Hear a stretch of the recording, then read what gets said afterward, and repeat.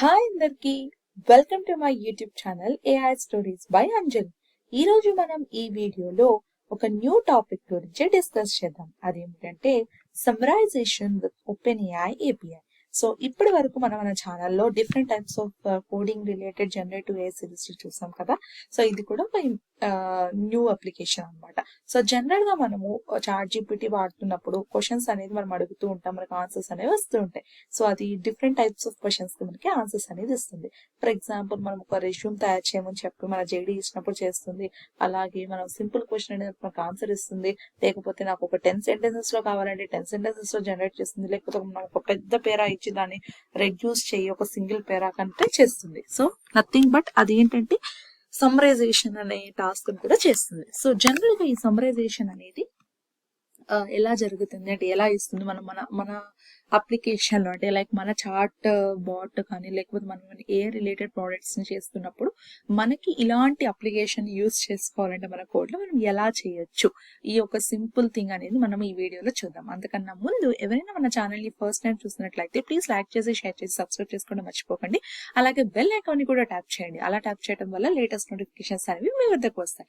And also ఎవరైతే నన్ను support చేస్తున్న ఎంకరేజ్ చేస్తున్న ఛానల్ ఆల్రెడీ సబ్స్క్రైబ్ చేస్తున్న వీడియోస్ చూస్తున్నారో వాళ్ళందరికీ బిగ్ థ్యాంక్ యూ. సో వీడియోలోకి వెళ్ళిపోదాం. సో యాజ్ యూజువల్ ఏదైనా మనం ఒక సింపుల్ థింగ్ ని స్టార్ట్ చేయాలంటే ఇనీషియల్ గా మనము లైబ్రరీస్ అనేది ఇన్స్టాల్ చేసుకోవాలి.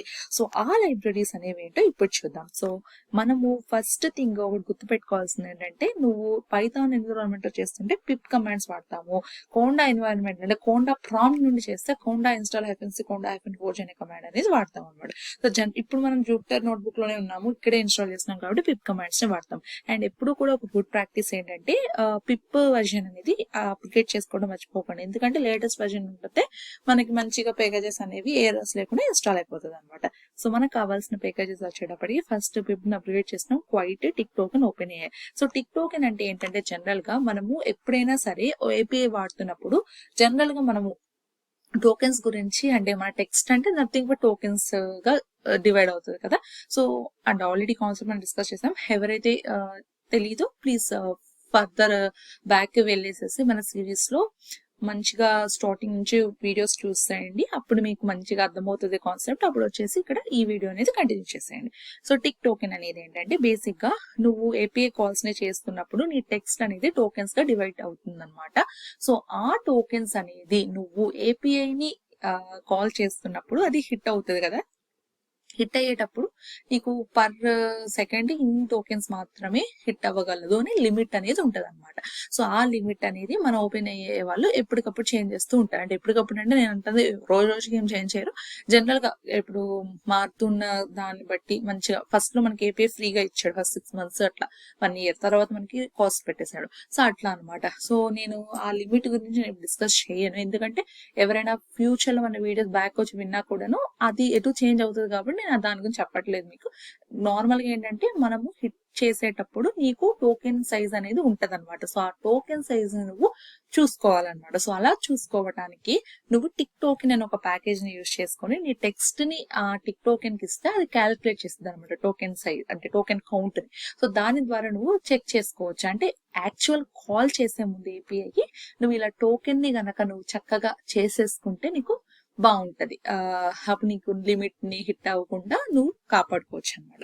సో అందుకు ఇది వాడతాం. Next open AI. So obviously మనము ఏపీఐ యూజ్ చేస్తున్నాం కాబట్టి అది ఓపెన్ ఏఐ వాడదు కాబట్టి ఓపెన్ ఏఐ అనేది వాడాలి. అండ్ ఈ కోడ్ లో కూడా ఓపెన్ ఏఐ రిలేటెడ్ మెథడ్స్ ని వాడతావు కాబట్టి ఓపెన్ ఏఐ ప్యాకేజ్ అనేది ఇన్స్టాల్ చేసుకుంటాం. సో వన్స్ అది మనం ఇన్స్టాల్ చేసినాక కొన్ని ఇంపోర్ట్ చేసేసుకోవాలి. సో దానికోసం మనం ఈ కోడ్ వాడుతున్నాం, from open AI import open AI and import tick token. Next step వచ్చేటప్పటికి ఓపెన్ ఏఐ కీని క్లయింట్ ఇనిషియలైజేషన్ అనేది చేసుకోవాలన్నమాట. సో మనం ఇప్పుడు దాకా వీడియోస్ చూసినట్లయితే ఇది చాలా కామన్ ప్రాసెస్ అనమాట. ఎందుకంటే నువ్వు ఓపెన్ ఏఐ ఏపీఐని యూజ్ చేయాలంటే ఫస్ట్ నీకు క్లయింట్ అనేది కావాలన్నమాట. సో అందుకు ఈ కోడ్ వాడతాం. ఫస్ట్ ఏపీఐ కీని ఇనిషియలైజ్ చేసుకుంటున్నాము, తర్వాత క్లయింట్ వేరియబుల్ తీసుకొని ఓపెన్ ఏఐ అనే మెథడ్ లోపల ఏపీఐ కీని ఇస్తున్నాం, పాస్ చేస్తున్నాం అనమాట. సో ఈ ఓపెన్ ఏఐ కీ వాడి మనము దీన్ని ఇనిషియలైజేషన్ అనేది జరిగింది అనమాట. సో ఇలా మనము డిక్లేర్ చేసుకుంటాం. నెక్స్ట్ మనం ఏం చెప్పాము, సమ్మరైజేషన్ అనేది చేయాలంటున్నాం. సో సమ్మరైజేషన్ చేయడానికి ఫస్ట్ మనం ఒక టెక్స్ట్ అనేది పాస్ చేస్తున్నాం. సో ఆ టెక్స్ట్ అనేది ఇక్కడ నేను ఇనిషియలైజ్ చేస్తున్నాను. టెక్స్ట్ _2_summarize అనే వేరియబుల్ లో నేను డిక్లేర్ చేసుకుంటున్నాను అనమాట. అనమాట. ఓకే, సో ఇది నా టెక్స్ట్ అనమాట. నెక్స్ట్, సో వన్స్ నువ్వు ఇన్స్టాలేషన్ చేశాక ప్రాంప్ట్ అనేది సెట్ చేయాలి. సో ప్రాంప్ట్ అంటే ఏంటి? సో జనరల్ గా నువ్వు ChatGPT వాడేటప్పుడు ఏ ఇన్పుట్స్ అంటే నువ్వు క్వశ్చన్ అడిగేది కూడా అన్ని కూడా ప్రాంప్ట్ ద్వారా ఇస్తున్నాం. సో ప్రాంప్ట్ అంటే ఏంటంటే జనరల్ గా ఇన్పుట్ ఇచ్చే టెక్నిక్ అనమాట. అండ్ ఈ ప్రాంప్ట్ మనం ఎలా యూజ్ చేస్తామంటే ఇన్స్ట్రక్షన్స్ ని సెట్ చేయడానికి కూడా వాడతాం అనమాట. సో ప్రాంప్ట్ ఇంజనీరింగ్ అనేది ఒక ఫీల్డ్ అనమాట. అంటే ఈ LLMs ద్వారా అదొక సపరేట్ సబ్జెక్ట్ లాగా ఎవాల్వ్ అవుతుంది. సో జనరల్ గా మనము ఇన్స్ట్రక్షన్స్ ఇవ్వడానికి సిస్టమ్ వేరియబుల్స్, ఇట్లా యూజర్ అకౌంట్, ఇట్లా డిఫరెంట్ థింగ్స్ ఉంటాయి. అంటే కోడ్ ద్వారా కూడా చేయొచ్చు. బట్ నార్మల్ గా ప్రాంప్ట్ ఇంజనీరింగ్ ద్వారా మనం ఏం చేస్తామంటే మనకు కావాల్సినట్టు మన AI మోడల్ ని యాక్ట్ చేయమని, అంటే మన AI అసిస్టెంట్ ని యాక్ట్ చేయమని చెప్తాం. ఫర్ ఎగ్జాంపుల్, నువ్వు ChatGPT లోకి వెళ్ళి నీ ప్రాంప్ట్ ద్వారా assume that you are the owner of this business and నాకు ఈ పర్టికులర్ థింగ్ కొన్ని ఐడియాస్ ఇవ్వు, నువ్వే ఓనర్ అయితే నువ్వేం చెప్తావు, అట్లా ఇలాంటి క్వశ్చన్స్ కూడా మనము ఆన్సర్ అనేది అడగొచ్చు దాన్ని. సో అది అలా యాక్ట్ చేసి చెప్తుంది. సో అలా ప్రాంప్ట్ అనేది యూజ్ అవుతుంది అనమాట. సో బేసిక్ గా ప్రాంప్ట్ ఎందుకు వాడతాము అంటే నీ మోడల్ ని నువ్వు యాక్ట్ చేయాలంటే, సెట్ చేసుకోవాలంటే అది వాడతాం అనమాట. అంటే ప్రాంప్ట్ వాడి నువ్వు దాన్ని సెట్ చేస్తాం. ఓకేనా? సో ఇందుకు ప్రాంప్ట్ ఇంజనీరింగ్ అనేది వాడతాం అనమాట. సో వన్స్ మనం ఇది డిక్లేర్ చేసుకుంటాం. సో ఇక్కడ మన బేసిక్ టాస్క్ వచ్చేటప్పటికి సమ్మరైజేషన్ కాబట్టి నువ్వు చెప్తున్నాం summarise the following text. So // ఏంటంటే గ్యాప్ రావడానికి పెడుతున్నాము. ప్లస్ అంటే string concatenation text underscore don't summarise, ఇది మన వేరియబుల్ అనమాట. ఇందాక మనం పైన డిక్లేర్ చేస్తాం కదా ఆ వేరియబుల్. సో దీన్ని సమ్మరైజ్ చేయమని చెప్తున్నాం అనమాట. For example prompt engineering, suppose already మనం బొటీక్ గురించి డిస్కస్ చేస్తాం కదా. సో బొటీక్ లో నువ్వు సెట్ చేయాలనుకుంటున్నావు. సో ఎలా సెట్, జనరల్ గా ప్రాంప్ట్ అంటే ఏ యూస్ కేస్ లో జనరల్ ఎందుకు వాడచ్చు అంటే, నువ్వు ఎప్పుడైనా యూస్ కేస్ వాడుతున్నప్పుడు నీకు జనరల్ కావాల్సింది ఏంటి, నీ అప్లికేషన్ కి మాత్రమే అది వర్క్ అవ్వాలి. అన్నిటికీ ఆన్సర్స్ ఇస్తుంటే ఇంకా అసలు అది వేస్ట్ కదా. ఫర్ ఎగ్జాంపుల్ 2+2 = 4 అనేది ChatGPT ఇస్తుంది. కానీ నువ్వు ఒక బాట్ ని ప్రిపేర్ చేసినప్పుడు నీకు 2+2 = 4 అనేది రాకూడదు. Because you are preparing bot for your own application, not for everything, right? So అందుకు మనం ఏం చేస్తామంటే చెప్తాం, only answer to these questions which I fed to you. Like ఏదైనా నాలెడ్జ్ బేస్ నేను ఫెడ్ చేస్తాను, don't answer any other questions. If any other questions నువ్వు అడిగినప్పుడు ఈ ప్రాంప్ట్ నువ్వు like I was prepared only for this particular thing, so please use Google or something, so I cannot answer for you అన్నట్టు ఒక చిన్న dialogue box పెట్టి ఆ disclaimer అనేది ఇవ్వచ్చు. సో అట్లా అనమాట. సో బేసిక్ గా మనం ఎందుకు వాడతామంటే ప్రాంప్ట్ ఇంజనీరింగ్ ఇన్స్ట్రక్షన్స్ ని పాస్ చేయడానికి, మన LLM ఎలా యాక్ట్ అవ్వాలనే దాని గురించి సెట్ చేసుకోవడానికి వాడతాం అనమాట. సో ఇందుకు వాడతాం. ఓకేనా? సో రెస్పాన్స్ అనే వేరియబుల్ లో మన క్లయింట్ ఇందాక క్రియేట్ చేసింది .completions.create. ఇప్పుడు దాకా నువ్వు చూసుకున్నట్లయితే ఎప్పుడైనా సరే ఒక మోడల్ మనము రన్ చేసుకోవడానికి completions.create అనేది వాడతాము. సో ఇందులో మనం మోడల్ పాస్ చేస్తాం. సో ఇక్కడ మనం యూజ్ చేసే model GPT 3.5 turbo -instruct. So ఏ మోడల్ వాడాలనుకుంటే ఆ మోడల్ ఇవ్వచ్చు, లైక్ GPT-4 అట్లా ఎక్సెట్రా. ఓకేనా? నెక్స్ట్ ప్రాంప్ట్ ప్రాంప్ట్ ఏంటైతే మనం పాస్ చేసామో నెక్స్ట్ 2 వేరియబుల్స్ ఉన్నాయి కదా ఇక్కడ, temperature, max tokens. So general గా టెంపరేచర్ ఆల్రెడీ మనం డిస్కస్ చేసాము. ఎవరైనా చూడలేదో ప్లీజ్ వెళ్ళి వాచ్ చేయండి. బట్ జనరల్ గా నేను ఒక సింపుల్ ఎక్స్ప్లెనేషన్ ఇస్తాను. సో బేసిక్ గా టెంపరేచర్ ఎందుకు యూజ్ చేస్తామంటే నీ టెక్స్ట్ జనరేట్ టెక్స్ట్ లో ర్యాండమ్నెస్ ఉండకుండా ఉండటానికి వాడతాం. సో అంటే ఉండొచ్చు, కొన్ని అప్లికేషన్ ర్యాండమ్నెస్ కావాలన్నమాట. డిఫరెంట్ సినారియోస్ నువ్వు టెస్ట్ చేయాలనుకున్నావు అనుకో, నీకు ర్యాండమ్ రెస్పాన్స్ వస్తే అర్థమవుతుంది. అదే నీకు డిఫరెంట్ సినారియోస్ కాకుండా నార్మల్ గా జనరల్ గా ఉండాలనుకున్నావు అనుకో, నువ్వు టెంపరేచర్ వాల్యూ తక్కువ పెట్టుకోవాలి. సో 0.1 to 1 యూజువల్ గా వాడతాము. 0.0 కి క్లోజ్ గా ఉంటేనేమన్నా తక్కువ ర్యాండమ్నెస్ ఉంటుంది, 1 కి క్లోజ్ గా ఉంటేనేమన్నా ఎక్కువ ర్యాండమ్నెస్ ఉంటుంది అనమాట. నెక్స్ట్ మ్యాక్స్ టోకెన్స్ అనమాట. సో మ్యాక్స్ టోకెన్స్ ఏంటంటే నీ జనరేటెడ్ టెక్స్ట్ లో మాక్సిమం నెంబర్ ఆఫ్ టోకెన్స్ అనేవి ఎంత ఉండాలి అనేది సెట్ చేసుకోవడానికి మాక్సిమం టోకెన్స్ అనే పారామీటర్ అనేది వాడతాం అనమాట. ఓకేనా? నెక్స్ట్ వన్స్ నువ్వు అది రన్ చేసినాక నీ రెస్పాన్స్ అనేది ఈ వేరియబుల్ లో స్టోర్ అయిపోతుంది. సో రిజల్ట్ అనే ఒక వేరియబుల్ తీసుకొని ఆ responses .choices of 0.text. So already మనం చూసుకున్నట్లయితే రెస్పాన్స్ అనే దాంట్లో నీకు ఒక డిక్షనరీ అనమాట. అందులో మల్టిపుల్ థింగ్స్ అనేవి ఉంటాయి.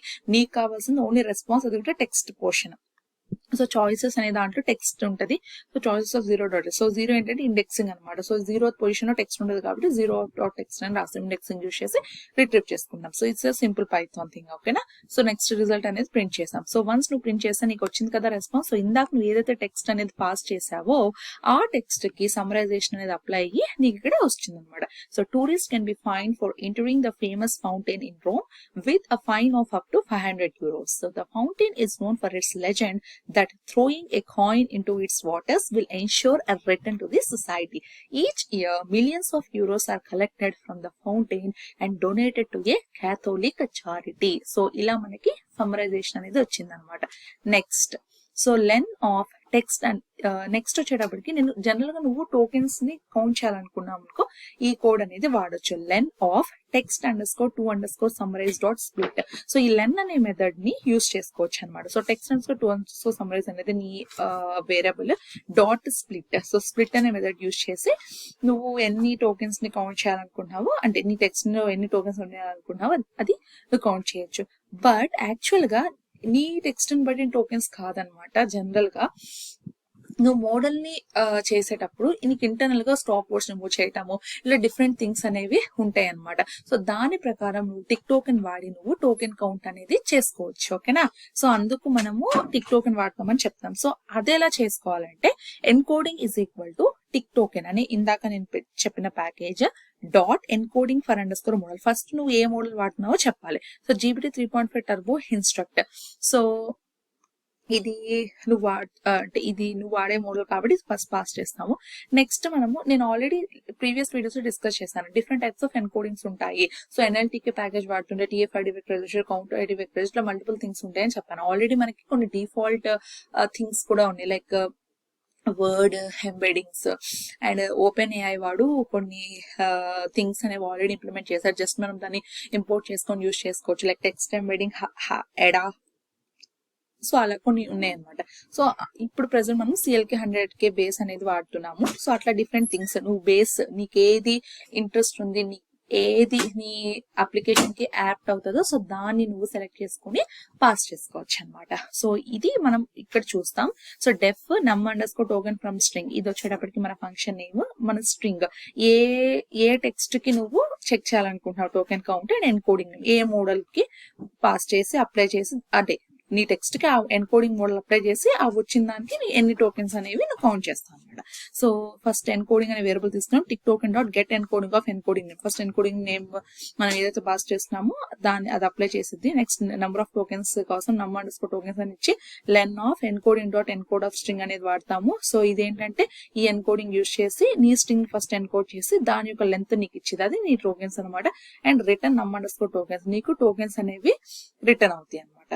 Next num_tokens from string text _2_ summarise CL 100K base. So basic గా నువ్వు ఈ టెక్స్ట్ _2_ సమ్మరైజ్ అంటే ఈ ఫంక్షన్ కి నీ వేరియబుల్ అంటే ఏంటి, ఇందాక నువ్వు ఏదైతే పాస్ చేస్తున్నావో సో అది పాస్ చేసావు. అండ్ CL 100K బేస్ అనేది నీ ఎన్కోడింగ్ మోడల్ అనమాట.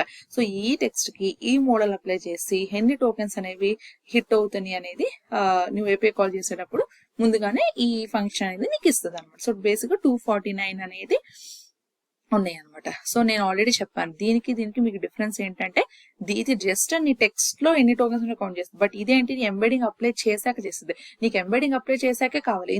ఎందుకంటే జనరల్ గా నువ్వు ఏ అప్లికేషన్స్ బిల్డ్ చేసేటప్పుడు నీ టెక్స్ట్ అనేది ఎంబెడింగ్స్ గా కన్వర్ట్ అయ్యి, అంటే embedding is nothing but converting your text into numbers, because A model cannot understand the text, A model can understand only the numbers. So ఆ నెంబర్స్ నువ్వు ఎంబెడింగ్ అనేది జనరల్ గా నువ్వు చేసే ప్రాసెస్ అనమాట. సో అప్పుడు నీ టోకెన్ సైజ్ అనేది ఇంపార్టెంట్, ఎందుకంటే అప్పుడే కదా నువ్వు కాల్ చేసేది టోకెన్. సో జనరల్ గా ఏం జరుగుతుంది, ఎంబెడింగ్స్ అప్లై చేస్తాము, అది వెక్టర్ డేటాబేస్ స్టోర్ చేస్తాం, టెక్స్ట్ సిమిలారిటీ యూజ్ చేసేసుకొని మనం ఎప్పుడైతే అడుగుతున్నామో క్వశ్చన్ అది మనకి రెస్పాన్స్ అనేది ఇచ్చింది. సో ఇది కదా ప్రాసెస్. సో అందుకు సో అది డిఫరెన్స్ అనమాట, అది కన్ఫ్యూజ్ అవ్వకండి. సో అలా మనకి 249 టోకెన్స్ అనేవి మనం ఇచ్చిన టెక్స్ట్ లో మనకి వచ్చేసినాయి అనమాట.